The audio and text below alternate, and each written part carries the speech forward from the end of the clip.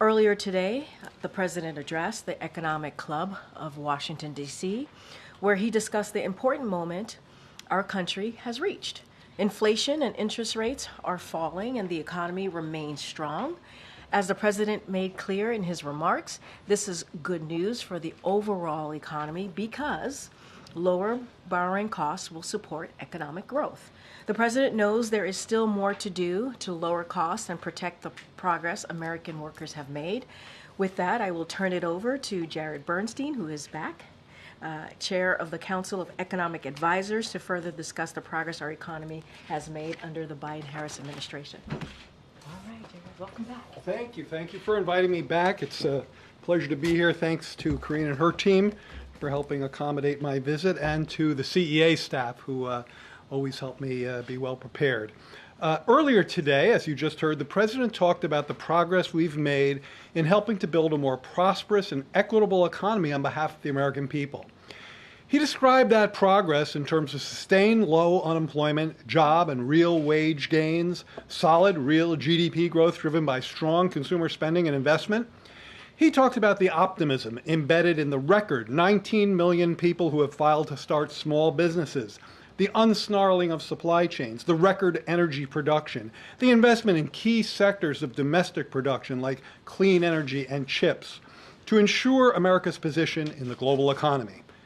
And he marked this moment in our economic progress by citing the actions taken by the Federal Reserve yesterday to lower the benchmark interest rate they control, an action that will help lower the borrowing cost for homes, cars, credit cards, and borrowing to start or build a business.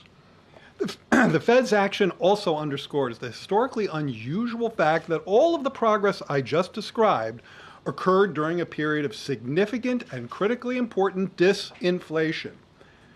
Though these words, thankfully, did not appear in the president's remarks today, in CEA language, he was talking about the very low sacrifice ratio that has characterized this economic expansion. This ratio derives from the historically negative relationship between unemployment and inflation. It describes how many percentage points of unemployment, for example, we would have to accept to get inflation back down to its target. That concept is why, not that long ago, we saw prominent headlines and commentary assuring us that it would take much slower growth. One headline proclaimed a 100 chance of recession last year to achieve the disinflation that has occurred. And yet here we are with 6.5 percentage points of CPI disinflation and the solid economic conditions I described above. Quoting Chair Powell from yesterday, quote, "I don't see anything in the economy now that suggests the likelihood of a downturn is elevated. The U.S. economy is in a good place. More specifically, the economy is growing at a solid pace with inflation coming down closer to our 2% objective over time, and the labor market is in solid shape." Now, we underscore these dynamics in CEA's most recent blog post, if I can get figure one. Thank you. This is a blog post that you can get from the CEA website. What this shows is, in fact, inflation over the period where it went up and disinflated against a set of forecasts that were made by the blue chip forecasters, by CBO, by the Fed's FOMC SEP committee. And you see that the inflation forecasts were quite good, quite accurate. They pretty much follow the dark line, which is the actual line. Next slide. That gets very different when you look at the unemployment rate. In fact, the title of our blog is How the Economy Defied the Forecasts. Here we have the forecast predicting unemployment would have been very high in order to achieve that much disinflation. And in fact, what we have here in this shaded area is the most optimistic and the most pessimistic estimations of where the unemployment rate would be by the blue chip forecasters. These are the most optimistic because they're the lowest. We beat the most optimistic forecast when it came to unemployment. If, next slide please, if in fact the forecasts were correct, this is how much more unemployment we would have had, how much more unemployment households and American workers would have been stuck with if we hadn't beaten even the most optimistic forecast on unemployment. And you can see those numbers range from 1 to north of 5 million unemployed persons whose fate was avoided by the trends I've showed you thus far. And finally, figure 4 shows the same dynamic for GDP. Again, beating the most optimistic forecast of the blue chip, which in this case would be the upper part of the shaded area. I'll close with another important reference to the president's speech today. The part about, and you heard this from Karine, our work is not done. As he put it, I am not here to take a victory lap. I'm not here to say the job is done. I'm not here to say we don't have more work to do. Of course we do. Our cost-cutting agenda in particular is as urgent today as it was before the Fed acted, but that fact should not prevent anyone from recognizing the progress we've made, the expectation-defying ongoing expansion, and the work, productivity, and grit of the American people to get us where we are today. And with that, I'll take your questions. All right. Thank you. You're, one of the people that the president would call if he has any questions about the American economy. I was curious to ask you, what would you say is an economic issue that the president these days is asking the most sort of probing questions to you about, whether it's a data point or a phenomenon or something that he's seeing in the economy? Well, I've been talking to the president a lot in the last few days, as have met many other members of the team in preparation for the speech he gave today, so I am ready with a very timely answer to that question. It's the same. It's a similar dynamic, similar conversation I've had with Joe Biden since I was his chief economist when he was the vice president. He wants to know how these economic developments, how the progress I've talked about today that he spoke about affects working families like the one he grew up in. And right now, that relates a lot to the interest rate cut. How does a cut in interest rate ripple through to the economic lives of working American families? And the answer that I shared with him, and I'll share with you, is lower costs of lending, lower costs of a mortgage, lower costs if you want to take out a loan to improve your home, lower costs of auto loans, credit cards if you want to start or expand a small business. Lower interest rates are really meaningful to people. It's one of the it's really one of the key economic variables in a lot of people's lives through that channel of borrowing costs, and that's certainly, I think, a timely example of things we've discussed lately. And how did you prepare him for the possibility of the Fed making the kind of cut that it did yesterday?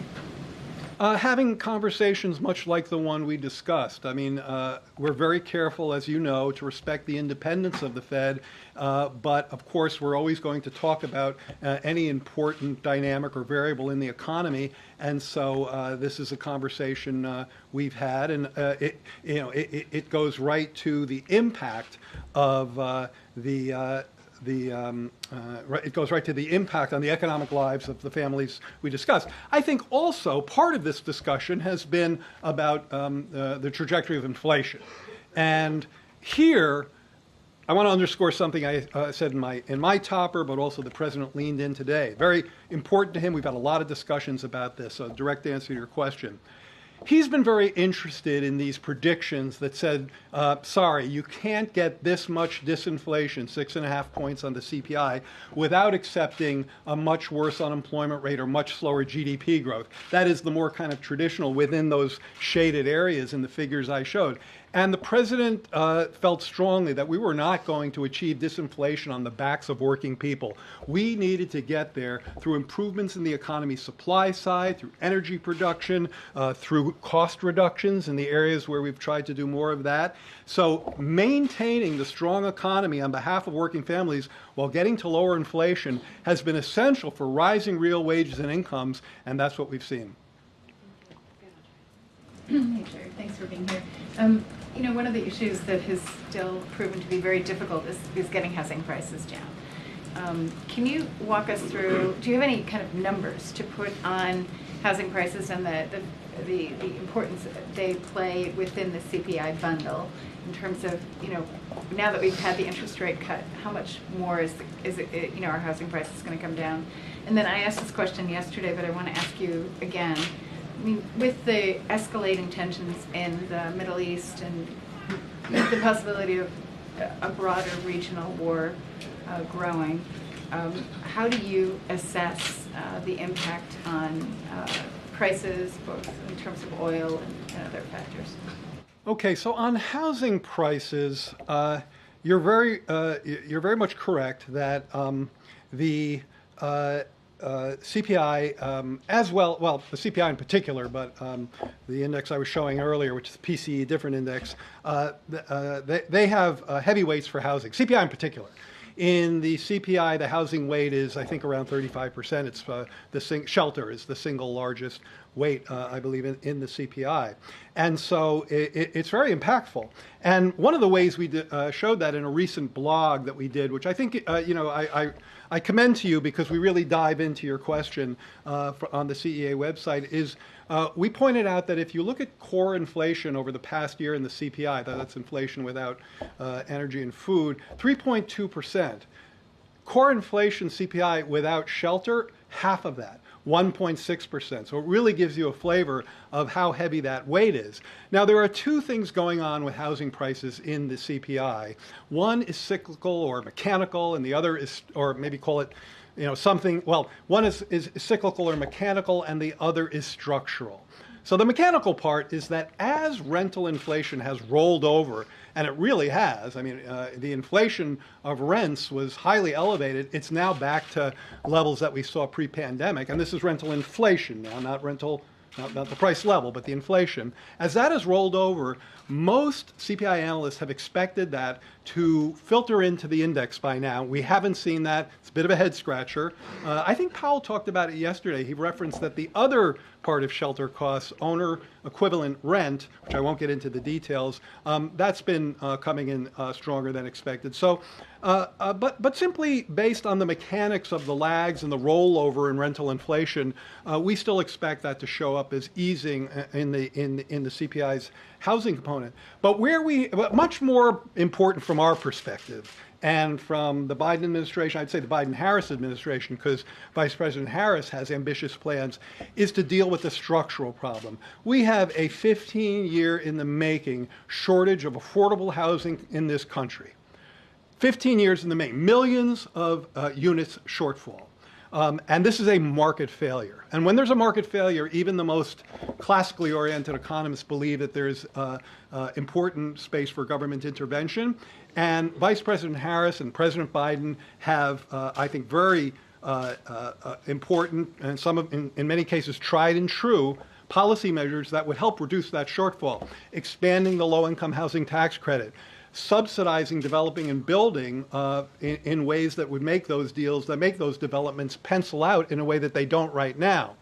We could spend a lot more time talking about housing policy, but you can find it out there. I think addressing that shortfall is absolutely critical. I'd call it one of the biggest pieces of unfinished business we have, but we can't do it by ourselves. Congress needs to work with us, and there is zero reason why this should be a red or a blue or a D or an R issue. This shortage is pervasive in states across the nation.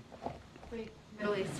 On the Middle East, so when it comes to geopolitical conflict, there are other people who can stand up here and talk about that with more authority. What I'll say is from an economic perspective, of course, we monitor that very closely, but I think it's instructive, important, and in the context of my discussion to you today about how working families are doing, the breathing room that folks have been getting from low gas prices at the pump relative to where we were a year ago is really remarkable, especially when you consider the extent of geopolitical conflict in an area where an area of the world where energy is often produced and shipped.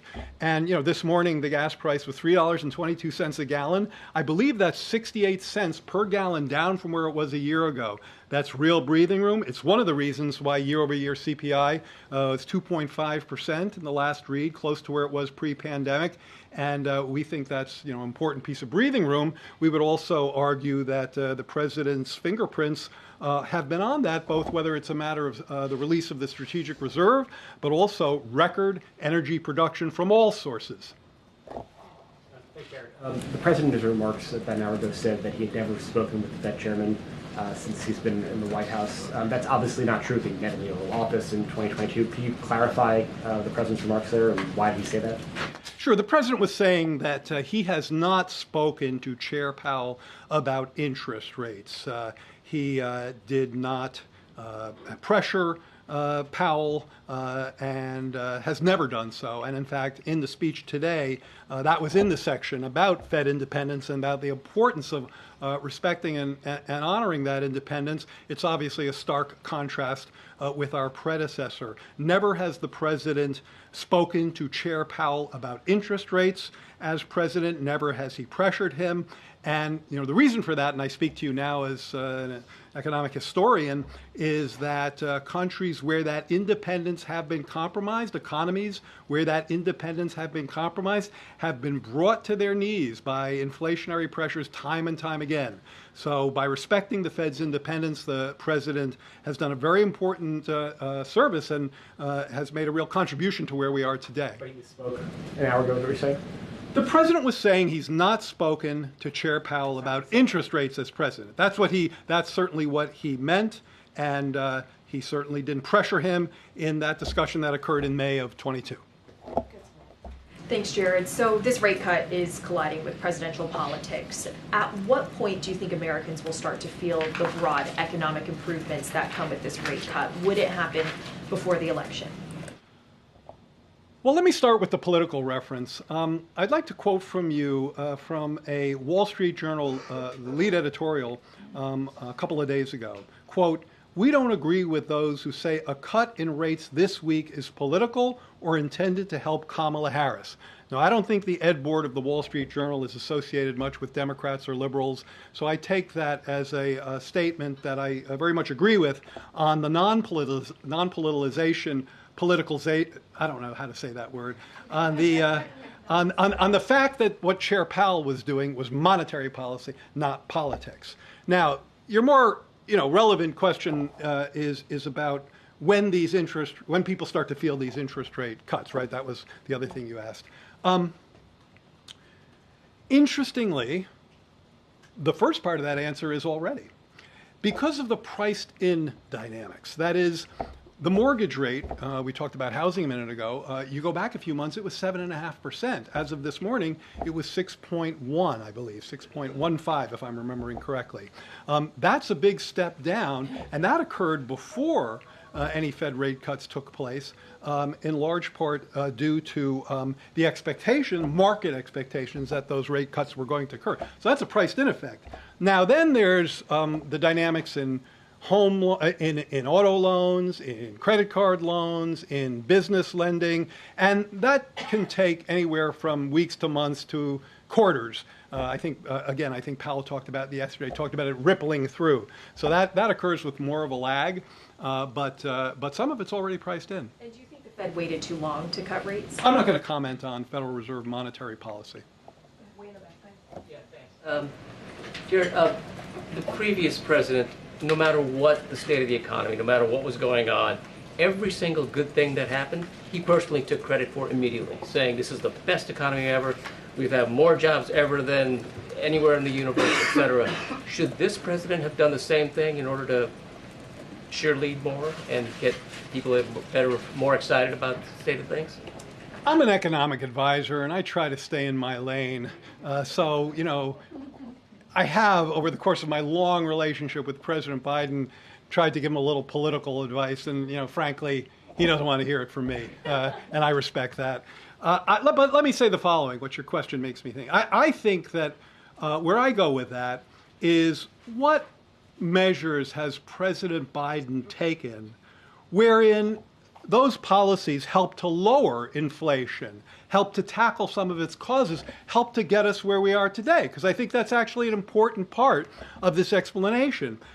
One of them we already talked about. By respecting the independence of the Federal Reserve, after his predecessor repeatedly criticized the Fed and undermined its independence, simply by respecting that independence, that helped give them the space to do the monetary policy they believed to be needed to get us here. As I mentioned again, and he cited this in his speech today, he unleashed record energy production to lower gas prices.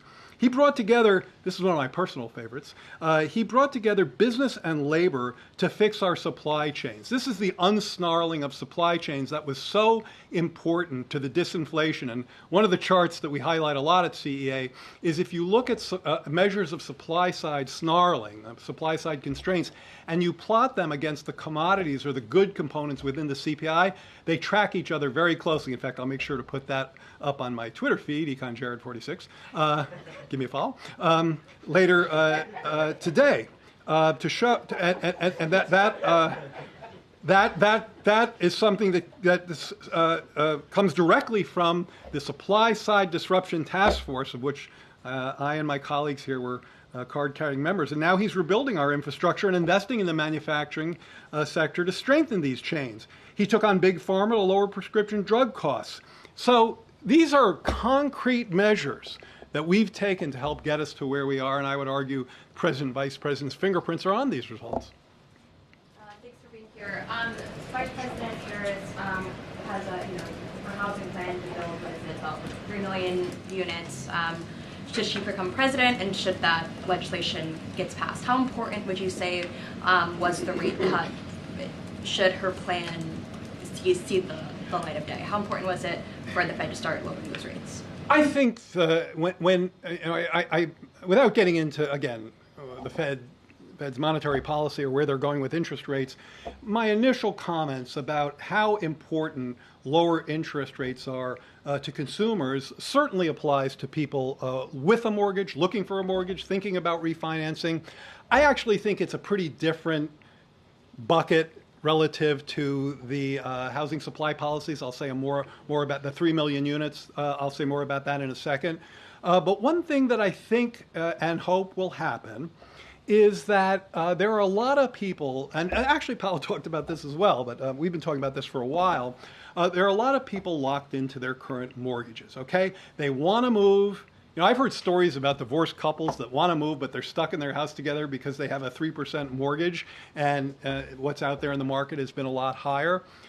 One of the things I think we see when mortgage rates start coming down, and I've talked to a lot of experts to try to figure out what that number might be, is the unlocking of that lock-in effect. Now, that doesn't necessarily lead to a lot more housing supply the way her or the president's policies would, but it does create more churn. And people who are stuck in a starter home, they move to a different house, and that starter home becomes open. And that's the first rung on the ladder for families trying to get build their wealth through home ownership. So that churn is actually, I think, would be quite helpful. And as mortgage rates come down, we expect to see that. When it comes to building 3 million affordable units, again, I won't go through the policy description I did a minute ago, but I will talk about one, the low-income housing tax credit, of which expansion is a big part of both her and the president's agenda. Expanding LIHTC, which is a tried and true program for building affordable multifamily households, so this is on the rental side of the equation, is a policy that the banks like because they buy the credits from the developers like it because it makes the buildings pencil out, and housing advocates for low-income renters like it. That's a pretty rare triumvirate. So expanding LIHTC is a great idea, as is, I mentioned earlier, a set of subsidies and tax credits to make building affordable housing pencil out in a way that it does not do so now. We also have some measures that help ease some land use restrictions. I won't go into them now in the interest of time, but I think we have a powerful agenda in that space. Thanks, Karine. Thanks, Jared. Last night, the former president proposed a temporary cap on credit card interest rates at around 10%. Is that something that the Biden-Harris administration thinks is a good idea? I think that happened today. Or what did you say? I thought it happened last night. Okay, maybe it happened last night. So I haven't had a lot of conversations about that yet with my colleagues, and I would wait before that. I will say the following. I think you have to be careful with things that people throw out there without a lot of thought or consideration. You have to think about what kind of impact that might have. There's risk factors that go into that kind of a policy that might make it harder for a lot of people who need credit to be able to get it because companies won't sell it to them. So I think you have to be careful about unintended consequences. What I will say is that this administration has taken a very forward-looking and very, I think, pretty deep run at many of these issues, helping to lower credit card fees, helping to make for one of the, I think, most effective consumer financial protection bureaus, something that the Trump administration consistently tried to shut down and gut.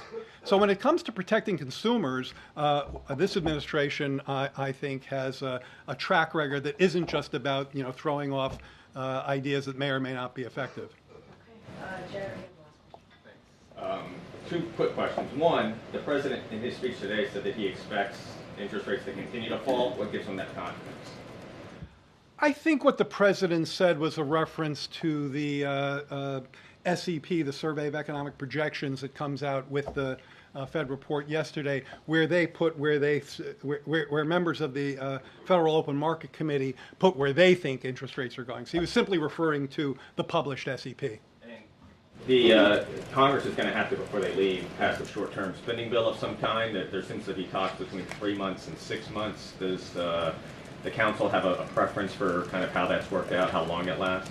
I think the way we would put it from the council and probably from the administration writ large is that, well, let me tell you where we would put it from the council. So we are at an economic moment that I hope I've conveyed to you today is unique, is strong, is leading to real wage and income gains, disinflation amidst strong growth, lower inflation, lower interest rates, wages and incomes growing. This is a solid economy. You heard my quotes from Chair Powell yesterday, and it's an economy that is getting back to the kinds of conditions that we've wanted to see for a long time. Making an own goal kick in that economy is not only a bad idea, it's malpractice. It doesn't, it's not like it's not like government shutdowns, send the economy off a cliff, but they are a negative. They do lead to losses. Now, sometimes those losses are made up on the other side of the shutdown, but there is no reason for us to go through that. There's never a good time for that own goal kick, and it's particularly bad now. The only path forward is through bipartisanship. House Republicans should stop wasting time and work across the aisle to pass a short-term bill to keep the government open and provide emergency funding for disasters. Congress knows how to do this. It's not complicated. They've done it on a bipartisan basis many times. Given the economic conditions I've been touting here today, given what we saw yesterday, given the information in the president's speech, this is no time to be playing those kinds of games. Thank Jared, you so much, in the Jared. Farm Bill, Thank you. Farm Bill, No, farmers thank you. and ranchers. Thank wanna you so know. much. Jared, Thank Farm you. Bill, All right. farmers and ranchers like to know. All right. Give Jared a follow on X. Thank you. Thank you, Chair. Actually, don't have anything else. Go ahead. See? Thanks, Karine. First for you, escalating tensions along the Israel-Lebanese border this morning, right now, potentially ongoing bombing and shelling across the border. Has the president tried to contain that front since October 7th?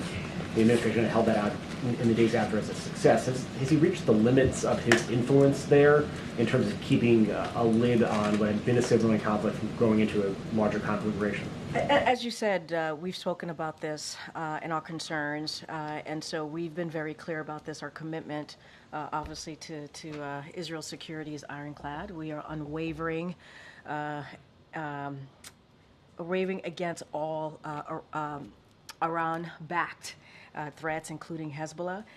And what we have said, and I think this is kind of the question that you asked to me, is like the diplomatic resolution is achievable. That's what we still believe. It is urgent, obviously. The conflict along the blue line has gone on for way too long, far too long, and it needs to get to a resolution quickly. And so we're going to continue to do that, continue to have those diplomatic conversations. We continue to work on a ceasefire deal. We believe that is the way forward in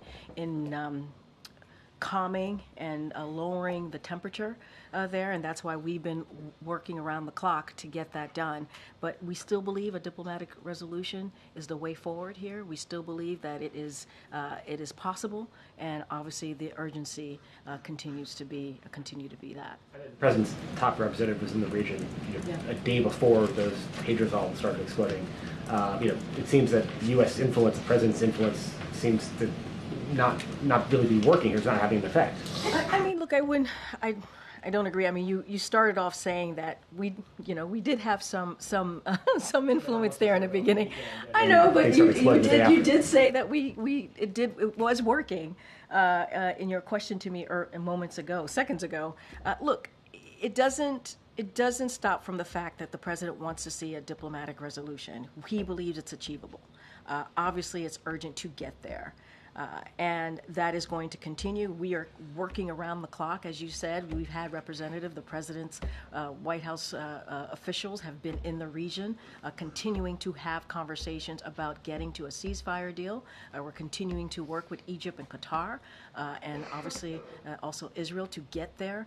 It is important that we get to that to a deal where we can get hostages home, where we can end this war. That's what the president wants to see. He has said that himself, and also get that continuing to get that much needed humanitarian aid into Gaza. And so it's not going to stop us. It's not going to stop us from having continuous conversations, those diplomatic conversations as been stating. And so we're going to stay steadfast. We're going to be very focused on here with this.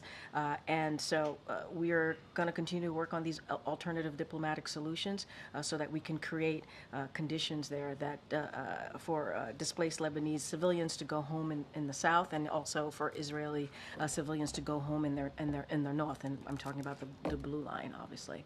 A different topic: the president's hosting the Quad Summit in Wilmington, Delaware. We also understand that he's hosting bilateral meetings with those world leaders at his private home. And what we currently understand is that the press will not be allowed into that bilateral meeting. Can you explain why this is the administration that held itself out as the most transparent in history, and that is not transparency? Okay. Let's talk about the other things that are happening over the course of the Quad Summit.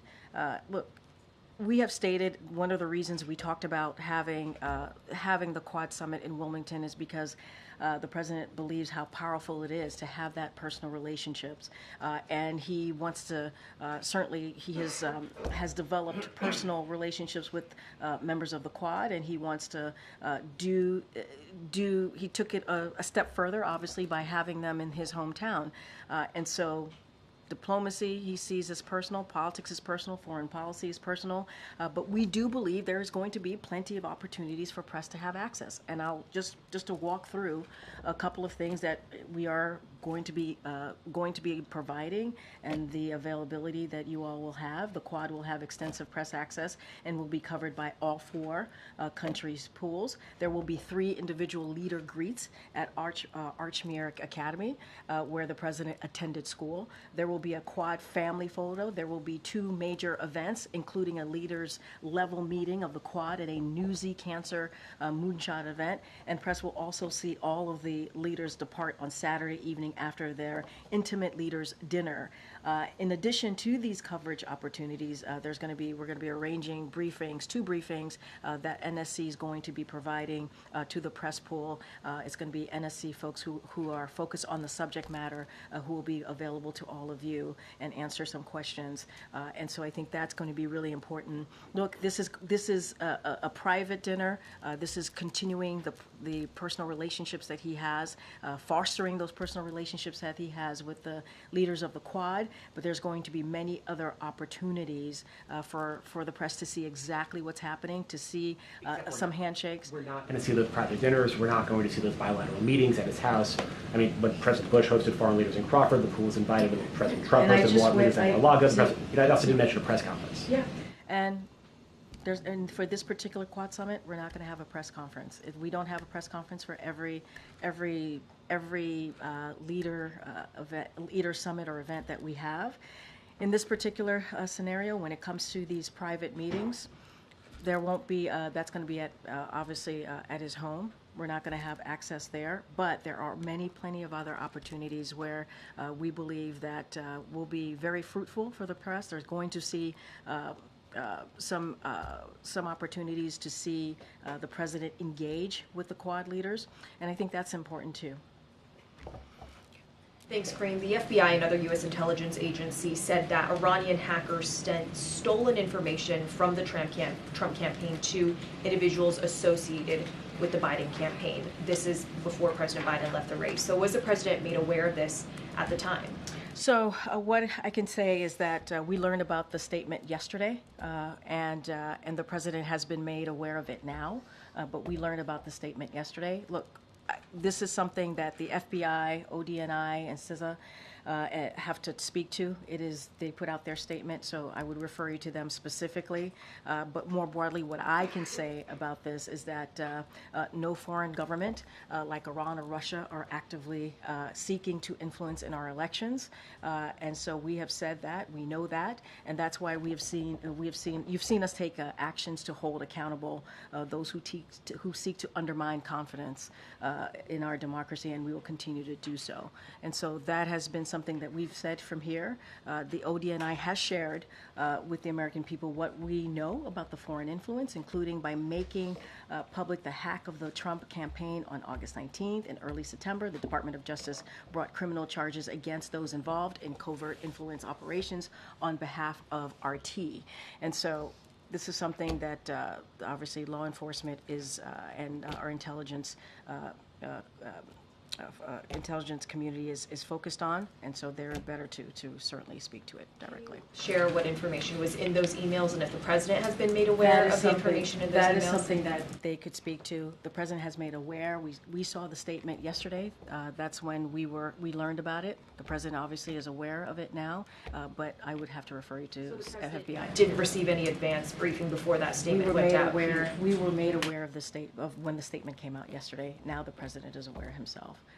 I would have to refer you to FBI, CISA, and ODNI. And just shifting gears a little bit, in general, what is the White House's view about the attacks in Lebanon? We're talking about exploding walkie-talkies and pagers in crowded civilian areas, children dead, including thousands injured. What I will say is my NSC colleague was here yesterday. You all asked him multiple questions about what occurred. I don't have anything else to share beyond that. I've taken questions on this. I don't have any more information to share on this, and so I don't have anything beyond that. But is that a tactic that the U.S. would use, not asking for specifics? I'm not going to speak to this at this time. I'm just not. Okay. During the president's remarks, he also spoke about the negotiations that you conducted to lower drug prices, and seemed to suggest that you would be doing that on weight loss drugs. It was kind of an incomplete sentence. It said, watch, you were doing this on weight, or so can you just give us the... He said, watch. I don't have anything else to share. I don't have an announcement to make. I don't have anything else to add. As you know, one of the things that came out of the Inflation Reduction Act is to make sure that we did everything that we can to lower healthcare drugs, prescription drugs, and that's what you see. You saw the president was able to beat Big Pharma, and so that is important to the American people, lowering those really critical drugs that they need just to survive. You've heard stories about whether folks are dealing with cancer or diabetes and how much they get charged by big pharmaceuticals, and now we're in a position where we can lower those drugs. I don't have anything to say or add beyond what the president shared today. And just to go back to the Middle East for a moment. So, I think, would you agree that there has been a change or an escalation in the tensions in the region? And are you concerned about that? And what are you doing to sort of tamp down on that? We have said we are concerned about the tension and afraid and concerned about potential escalation. We have said that in the Middle East. We've been very clear. And we've also said that the way to move forward is diplomatic resolution. We think it is achievable. Obviously, it is urgent. And so that's what we're going to continue to do, having those diplomatic conversations. Diplomacy is key here when we talk about potential escalation, which we do not want to see. We do not want to see. And so we're going to continue to work towards that. But Karine, why not use the levers that you have? The U.S. is sending weapon shipments to Israel why not, in other cases involving other countries, you have curtailed weapon shipments. In the case of Israel, you've stopped, paused the 2,000-pound weapons. Why not send a signal by pausing weapon shipments to express your concern? Okay, so our policy has not changed. Our commitment to Israel's security is ironclad. That has not changed. And we cannot forget what Israel is dealing with in that region. What we're talking about, having to really fight against, Iran-backed threats, including Hezbollah. This is something that we've been very clear about.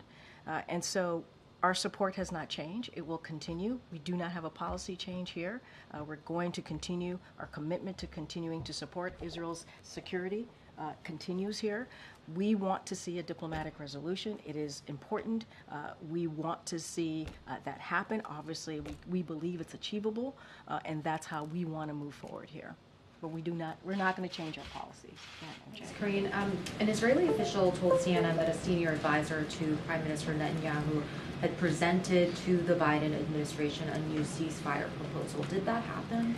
So, as I said multiple times before, and my colleagues here who have from NSC who've been at the podium, we're going to continue to have discussions with Egypt and Qatar, as well as Israel on a way forward. Let's not forget, after Hamas brutally murdered 6 hostages, I'm not going to get into specifics. I'm not going to negotiate from here, but we are going to continue to have those discussions. Just asking if you can confirm that there was a new proposal shared with the U.S. Just going to continue to have discussions with Qatar and Egypt. I don't have anything else to share beyond that. Okay. The proposal appears to be for a permanent end to the war, release of all the hostages in Gaza, all Palestinian prisoners held by Israel also being released, and safe passage for Yahya Sinwar out of Gaza. Does any of this sound feasible to you? We're in consultations with all the parties, Qatar, Egypt, Israel. I'm not going to negotiate from here. I'm not going to confirm anything from here, but we continue to have these discussions. We believe the best way forward is to get to a ceasefire deal. That's what we want to see. Bring home hostages, get more immediate relief into Gaza. That's what we want to see, and get and make sure we end this war. And that's what we want to see. And just finally, next week, the president and the prime minister are not meeting in New York City around UNGA. Why is that? I don't have anything else to share beyond what we've shared of what we're going to see with the president. If we have more information to share on who the president's going to meet with, any other world leaders, we'll certainly share that with all of you. Reported that they're not going to meet, so I'm just asking. I don't have anything else. As you know, when it comes to the Prime Minister of Israel, he and the president have had multiple conversations over the course of almost a year now. They've met a couple of times. I just don't have anything to share beyond reasoning as to why they're going to meet, if they're going to meet. Don't have anything else to share. Okay, Danny. Thanks, Karine. You said that the president believes that a diplomatic solution is achievable.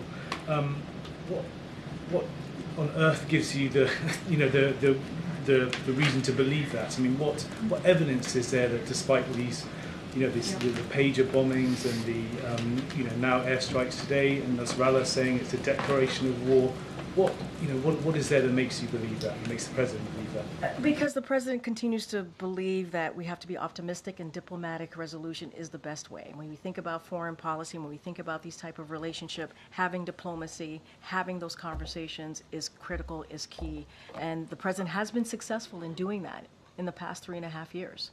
So that's what he wants to see. He believes that is still achievable. He believes that is still achievable. We are not saying that we don't have concerns. We do not want to see escalations. We are not saying that the conflict that we have seen, it truly has, along the blue line, has gone for too long. We are acknowledging that. We're going to continue to have this diplomacy. It is important to do so, and that's the way we see, this president sees moving forward. Yeah. The First Lady will be traveling to Mexico October the 1st.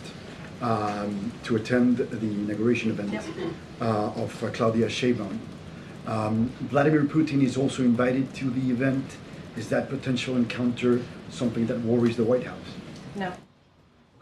Considering the relevance and the influence the U.S. has in the region, in the Middle East, considering that you provide most of the arms, what do you think is the precise goal Israel has in these attacks in Lebanon? I can't speak to any of. I can't speak to this. I'm just going to leave it where we have been in the last 2 days. You heard from my colleague yesterday.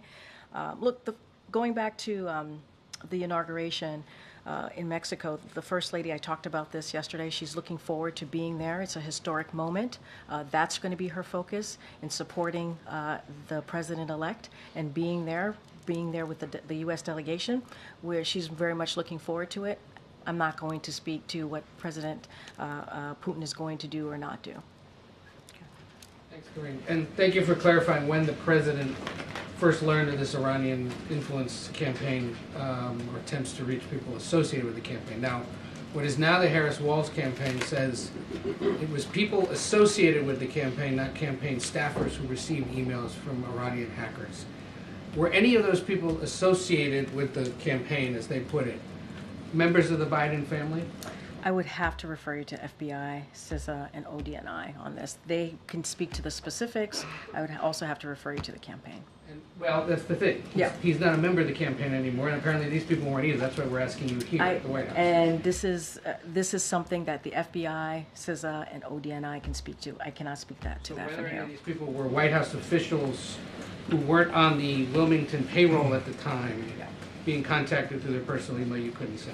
You have to speak to FBI, ODNI, and CISA on this one. Regarding the Quad, is the Vice President attending any of the meetings on Saturday? She will not be attending any of the meetings on Saturday. And the decision not to allow reporters to see the bilaterals that he'll be having Friday afternoon and Saturday, does this have something to do with the foreign press pools from India, Japan, and Australia? Is there a security concern with having them on the grounds of his home? What I can say is the president wants to have a personal moment with the leaders. This is relationships that he has had with leaders of the Quad throughout, obviously, his tenure here as president. He wanted to have continue to foster those personal relationships. He wanted to have a private moment with them, continue to grow those relationships. That's what this is about. But not... The fact also that he's not having a press conference around this, was that a request of any of the other governments? I can't speak to private conversations that our folks at NSC are having with the different countries. I don't have anything to add to that. What I want to say is, it is important to him inviting them to Wilmington, his home state, his home city, his home state, obviously Delaware. It was important for him to have these personal touches. It was important to him to do something that he hadn't done before. Bring him to his home, bring him to his home city. But there's going to be plenty of opportunities. It's not like we're not allowing all of you to see many other things that are going to develop throughout the day. I mean, I just went through them. A Quad family photo. He's going to take them to his high school. You all are going to be there. There's going to be some really important announcement about Cancer Moonshot. You all are going to be there. There's going to be an opportunity to see them when they leave on Saturday as well, depart. You'll see him saying goodbye to the leaders on Saturday. There's going to be, but can you also appreciate, I hear you all, but can you also appreciate that we have created other opportunities? There is this They're one... called photo ops. That's what you've created. They're not a press conference, which we would prefer. And what I was going to suggest is what baffles people in this room, especially for those who are watching this and wondering why on earth do we harp on these kinds of things. What baffles us is this is a president who from day one committed to be the most transparent president possible, who has given speeches at various events saying that he stands for and respects the freedom of the press. And here is a great opportunity to stand with the leader of the world's largest democracy, India, and two other key democracies, who are from a region of the world that is struggling to maintain democracy. Why not face questions from reporters and a free press So which in part? that setting? Okay, so which part are you asking me about? Are you asking me about Why going? are we being allowed to see these meetings at the House, and why is there no press conference? Okay, which I think was the crux of the negotiations, or at least the conversations that went on earlier today. I hear you, but there are two things that I'm being asked. So let me not every opportunity that we have when we do have these foreign leaders here do we have a press conference. That is not unusual. We have gone many times back and forth about. I totally understand. There's been some bilats, there's been some other visit where there has not been some press conferences, right? That is not unusual. We've had conversation. Excuse me. I'm not speaking to you. I really am not. Let me have my conversation with Ed. Thank you. And so it is not unusual for us to have this back and forth and talk about why it is happening or not happening. So that is, I'll put that there. The other part is this is an opportunity for the president to have a personal moment with the leaders. We have created other opportunities for you all to see him with those leaders, standing with those leaders, shaking hands with the leaders, giving them opportunities to see his high school, right? Places where that he's very much connected to, that you all will see. He's going to make a really important announcement about the cancer moonshot. We believe, and I know there is a difference of agreement here, right, is that there's going to be plenty of opportunities for press to have access to see him with these other leaders. And so we have made sure, and I think people actually care about photo ops. Photo ops are indeed important because and maybe there'll be questions taken during those photo ops. You never know, right? But a formal press conference on this trip is not going to happen. With this particular event is not going to happen. We have gone back and forth on many other events, so that's what I'm saying is not unusual. We wanted to make sure that there were plenty of press access throughout the day, and we believe we have done that. And let's see how the day goes. Let's see how the day goes on Saturday. I just wanted to be there when Modi gets to see the Corvette. That's all. But say that. I'm sorry. Somebody want to be there when Modi gets to see the Corvette. That's all. Oh, the Corvette. On an unrelated matter, yes. The Republican gubernatorial candidate in North Carolina apparently is not dropping out despite pressure from his party and some pretty salacious news reports. I'm just curious if the president is tracking what's been going on there, or if the White House has any other comments. As you know, the president was making this really important economic speech. I haven't had an opportunity to talk to him about this particular event that just occurred. I haven't really seen the stories. I've seen, I've heard from my staff about a little bit about this. What I can say, and I want to say off the top, is that, anti-Semitism is never acceptable. It is wrong. It is wrong. And so we have to be really clear about that. Elected leaders have to be really clear about that. They need to be responsible about calling that out. As far as the ongoing stories and as it relates to this race, I just don't have any comment for you. And I haven't had a second to talk to the president since he made a really big speech. Go ahead. Thank you. Two questions. One related to kind of your topper about Ukraine. Yeah. Senator J.D. Vance said in an interview a few days ago, and I'm quoting him, I think Washington has left Taiwan in a really crappy position because we sent all our weapons to Ukraine. Well, so do you agree with his assessment? Does the Biden administration believe that the U.S. can protect Ukraine and Taiwan at the same time?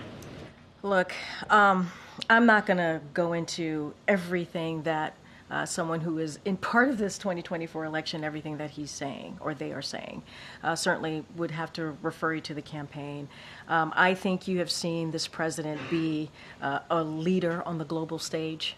I think you have seen a president that has brought partners together and allies together to certainly show support for Ukraine. It is not just the U.S. that is engaging and giving that support to Ukraine. You see that from our allies, from our NATO allies, from 50 other countries. And so that is happening because this president has leadership and showed leadership. And we've been very clear about the one China policy. That has not changed. And so we'll continue to be there for our partners and our allies out there. I just don't have I'm not going to respond to everything that's been said out there on the campaign trail. And that's something I'm going to do from here. And on Lebanon, if I might try my luck. Sure. The past 2 days, the administration kept the position of we were not involved and we did not have any knowledge about it. So my question is, but you've seen what the people in Lebanon endured. Do you think that was act of terrorism? I'm just not going to get into it from here. Look, obviously, children being harmed, people being harmed, is difficult to see, and not something that we want to see. But as it relates to any information or anything that occurred the last 2 days, as it relates to the pagers or the walkie-talkies, I don't have anything else to share beyond here. From here, you heard from my NSC colleague directly as well. I just don't have anything else to share. Go ahead. Thanks, Karine. The mayor of Springfield, Ohio, has issued a proclamation claiming temporary emergency powers that are intended to mitigate public safety concerns. Obviously in the wake of the smear of Haitian migrants in that city. Separately, former President Trump says he will visit there in the next couple of weeks. I understand you have constraints as to what you can say relating to your campaign, but in general, from a public order or community tension perspective, what do you think about that? Look, again, and we have said this multiple times, you've heard the president, you've heard the vice president, it is, and speaking about this more broadly, it is shameful to continue to spread this type of conspiracy theory. It has been debunked by the mayor of Springfield, by the governor, and the city manager, the police department on the ground. And to continue to spread this type of hateful smear is it's just quite unbelievable that we're doing this, especially when we're talking about leaders who are supposed to protect communities. And it causes harm. It causes harm to everyone. And as you can see from the actions that they have to take on the ground to protect people. And so, look, we are going to continue to denounce this. We should not be tearing our communities apart. This is a president and vice president that believes in bringing our communities together, and that's what we're going to continue to see. We have to bring down the temperature in politics. That's what the president has said, and you know, it is just really shameful, disgusting. What is being said out there. I mean, going down a rabbit hole, an ugly rabbit hole of conspiracy theories, and it puts people's lives at risk. It puts all of our lives at risk. So it is unfortunate that the city of Springfield has to deal with this. And so we're going to continue to call that out. I do want to say a couple of things that we have been able to provide as security assistance support for Springfield. We tasked DOJ's Community Relations Service to Springfield to help the community come together and enhance their ability to prevent conflict, provided 4 bomb-sniffing dogs to help the community ensure buildings are safe and they can respond to incoming threats, and DHS security personnel is working with Springfield and Ohio officials to support the needs of the community. But again, these are hateful smears. They're conspiracy theories, as you know, but I want to make very, very clear from here. Just on that point, Karine, you said, if I heard you correctly, 4 bomb-sniffing dogs. We provided 4 bomb-sniffing dogs to help the community ensure buildings are safe and they respond to incoming threats. Were those requested by the community, do you know, or is that a proactive thing? It's something that we've been in touch, obviously, with Springfield, the community in Springfield, and so providing the assistance and trying to give them support that they need, which is not unusual when we're in this type of situation and environment. All right, we're going to start wrapping it up. Go ahead, Kate.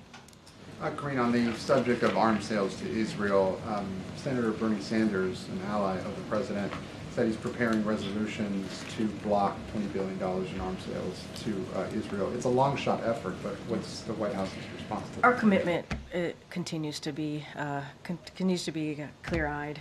We are committed to Israel's security. That is ironclad. Our policy has not changed.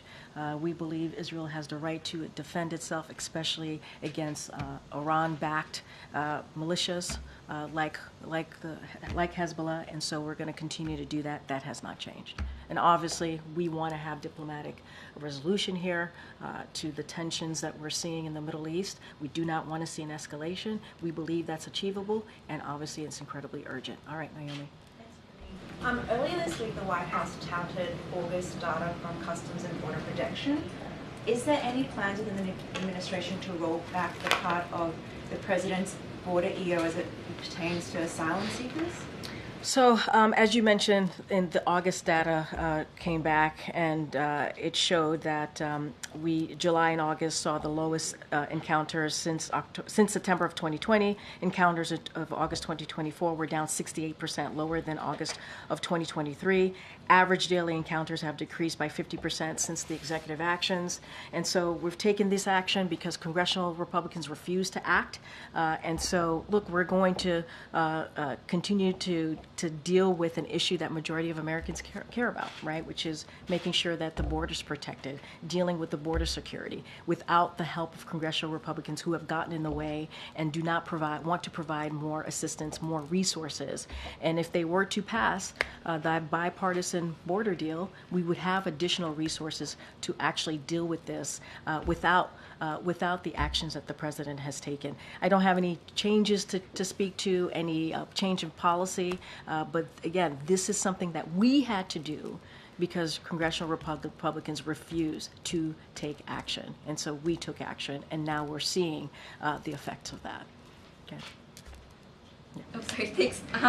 You mentioned that you don't want to see an escalation in the Middle East, but given what's happening in Lebanon, what does the White House view as that escalation? What are you all looking for, I guess you say, things have really escalated, this is what we need to do, what's going to happen? No, we know there's tension there. We do not want to see an escalation. We're continuing to have these diplomatic conversations. This is why the ceasefire deal is so important. This is why we're continuing to engage with Qatar, Egypt, and Israel to get to a resolution here. We believe if we can get to that, it will reduce the tensions along the blue line. So that's something that we're going to continue to do. I don't have a chart here to say what is escalation, what does escalation look like, and what's going to trigger and what we define an escalation, but we know that the tensions exist. We do not want to see further escalation, and we are going to continue to have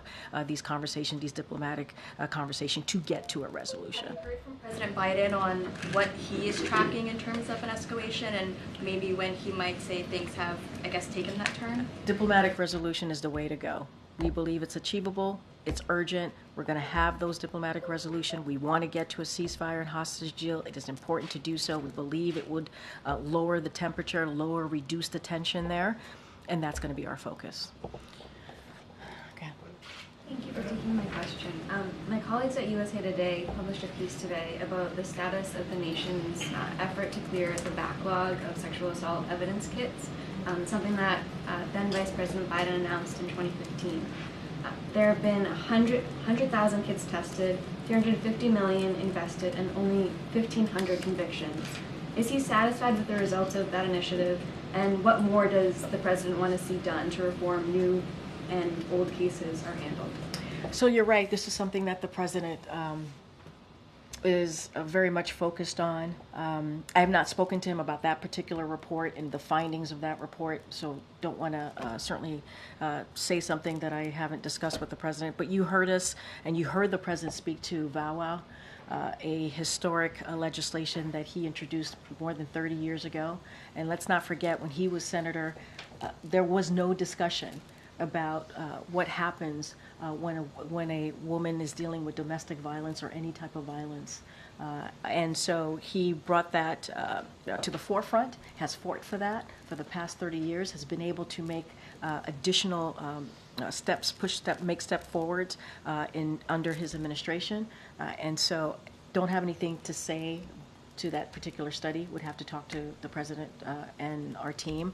But obviously, when it comes to the issue of domestic violence, when it comes to an issue in protecting women, this is something that the president has been on the forefront of as a senator, as a vice president, and certainly as president.